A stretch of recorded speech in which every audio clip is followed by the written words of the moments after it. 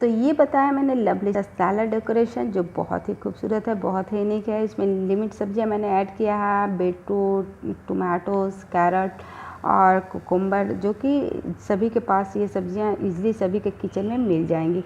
तो आपको चलिए मेरा डेकोरेशन कैसा लगा ज़रूर कमेंट करके मुझे बताइएगा। वीडियो अगर आपको अच्छी लगे लाइक कीजिएगा और शेयर कीजिएगा फ्रेंड के साथ। और फर्स्ट टाइम मुझे देख रहे हैं तो सब्सक्राइब कर लीजिएगा मेरे चैनल को, बेल आइकन को हिट करना है ताकि मेरे वीडियोस की नोटिफिकेशन आप मिस ना कर दे।